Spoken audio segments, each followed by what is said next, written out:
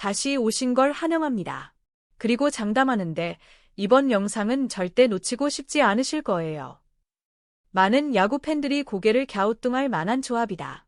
통산 평균 자책점 5.18이라는 숫자만 놓고 보면 우승을 노리는 명문 구단 삼성 라이온즈가 이런 선수에게 관심을 보이는지 선뜻 이해하기 어렵다. 하지만 야구는 단순한 통산 기록만으로 선수의 가치를 재단할 수 있는 스포츠가 아니다. 김범수라는 선수를 둘러싼 이야기는 숫자 너머에 숨겨진 야구의 복잡한 방정식을 보여준다. 시속 150km를 넘나드는 강속구를 던지는 자완 불펜 투수. 이 한 가지 조건만으로도 김범수는 FA 시장에서 희소 가치가 매우 높은 자원이다. 더구나 그는 이번 FA 시장에서 사실상 유일한 자완 불펜 카드였다. 자완 구원 투수의 부재는 많은 팀들의 공통된 고민이지만 불펜이 약하고 좌투수가 절실했던 삼성에게는 특히 치명적인 약점이었다. 이런 맥락에서 김범수와 삼성의 연결은 어쩌면 지극히 자연스러운 선택처럼 보인다. 삼성의 지난 시즌을 한마디로 정리하면 빛과 그림자였다. 강력한 타선과 달리 허약한 불펜은 끝내 발목을 잡았다. 삼성 라이온즈는 지난 시즌 정규리그 3위로 마감했지만 이 순위는 그들이 겪었던 굴곡을 온전히 담아내지 못한다. 시즌 중반 한때 8위까지 추락하며 팬들의 가슴을 졸이게 했고 말 그대로 나락의 문턱까지 다녀왔다. 오랜 전통의 명문 구단이 하위권에서 허덕이는 모습은 팬들에게 큰 충격이었다. 2024년 한국 시리즈 준우승, 그리고 2025년 정규 시즌 3위와 플레이오프 진출까지.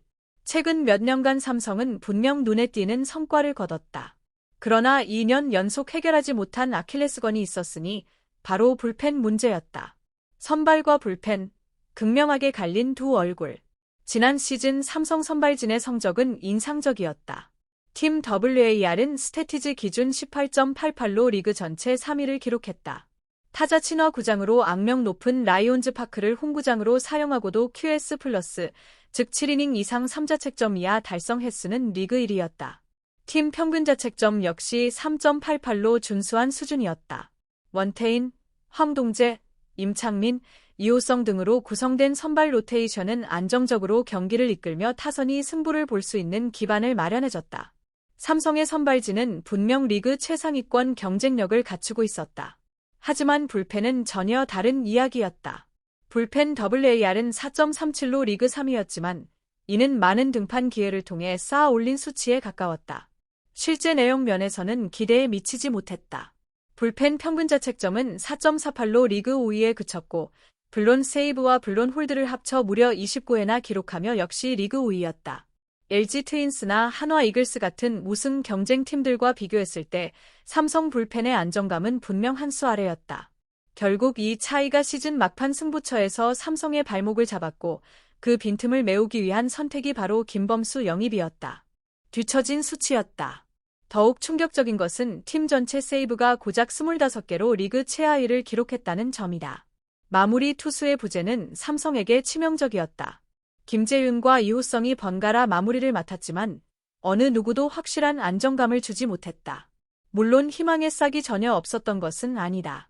신예 배찬승은 65경기에 출전해 2승 3패 19홀드, 평균 자책점 3.91을 기록하며 가능성을 증명했다. 고졸 루키답지 않은 담대함으로 중요한 순간마다 마운드를 지켰고 삼성 불펜의 미래로 확실히 자리매김했다. 이승민 역시 주목할 만한 시즌을 보냈다. 62경기에서 3승 2패 8홀드, 평균 자책점 3.78. 이는 2020년 이후 그가 남긴 최고의 성적이었다. 오랜 부진에서 벗어나 안정적인 중간 계투로 거듭난 이승민은 감독의 신뢰를 얻었다. 배찬승과 이승민의 선전은 분명 고무적이었다. 하지만 대권을 노리는 삼성으로서는 이것만으로는 충분하지 않았다. 두 선수 모두 아직 절대적인 신뢰를 주기에는 검증이 부족했고 특히 포스트 시즌처럼 한순간의 실수가 치명적인 무대에서 맡길 수 있는 확실한 카드가 필요했다. 이런 상황에서 삼성이 주목한 선수가 바로 김범수였다. 그러나 앞서 언급했듯 그의 통산 평균 자책점 5.18은 결코 좋은 수치가 아니다. 이는 KBO 리그 평균인 4점대를 훌쩍 웃도는 기록으로 일반적으로는 주전급 투수로 평가받기 어려운 성적이다. 그렇다면 삼성은 김범수에게 관심을 보였을까? 답은 바로 2025 시즌에 있다. 김범수는 2025년 73경기에 출전해 2승 1패 2세이브 6홀드, 평균 자책점 2.20이라는 놀라운 성적을 기록했다. 말 그대로 커리어 하이 시즌이었다. 2024년까지 김범수는 파이어볼러들이 흔히 겪는 고질적인 문제, 즉 제구 난조에 시달렸다.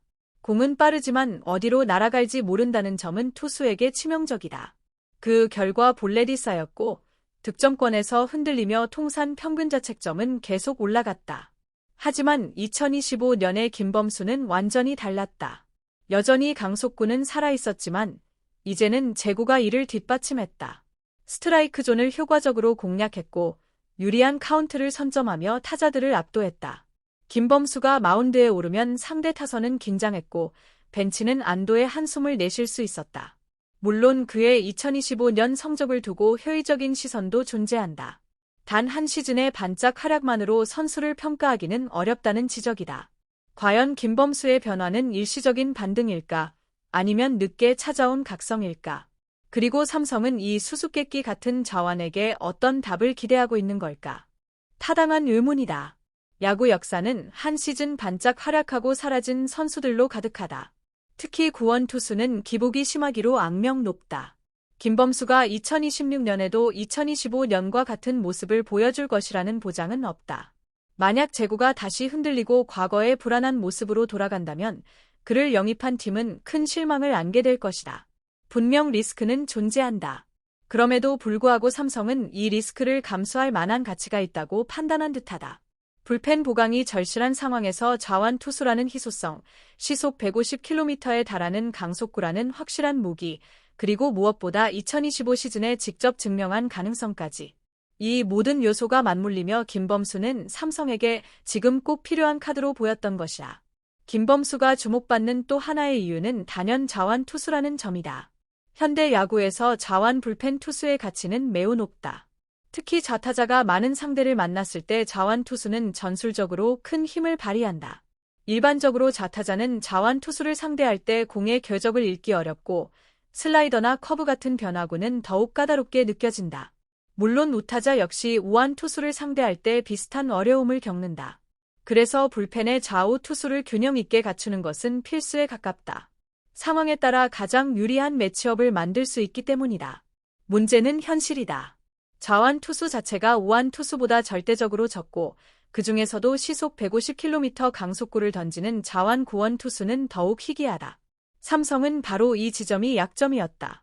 불펜의 우완 자원은 넘쳤지만 자완 투수는 손에 꼽을 정도였다. 상대 팀이 좌타자를 전면에 내세워 공략할 때 효과적으로 대응할 수단이 제한적이었다. 김범수는 이런 삼성의 가려운 부분을 정확히 긁어줄 수 있는 선수였다. 김범수와 삼성의 연결고리를 이해하려면 FA 시장의 구조도 함께 봐야 한다. 수요와 공급의 불균형이다. 앞서 언급했듯 김범수는 이번 FA 시장에서 사실상 유일한 자완 불펜 자원이었다. 여러 팀들이 자완 구원 투수를 원했지만 선택지는 김범수 한 명뿐이었다. 이런 상황에서는 자연스럽게 선수의 몸값이 올라간다. 통산 기록만 보면 아쉬움이 남지만 희소성이라는 요소는 그 모든 것을 상쇄하고도 남았다. 불펜이 약한 팀들에게 김범수는 충분히 매력적인 옵션이었다. 삼성뿐만 아니라 여러 구단들이 그의 이름을 검토했을 가능성이 크다. 결국 삼성은 계산 끝에 결론을 내렸다. 위험은 있지만 지금 이 팀에 가장 필요한 퍼즐 조각이 바로 김범수라고 판단한 것이다. 시청해 주셔서 감사합니다. 좋아요와 구독 버튼 누르는 거 잊지 마세요.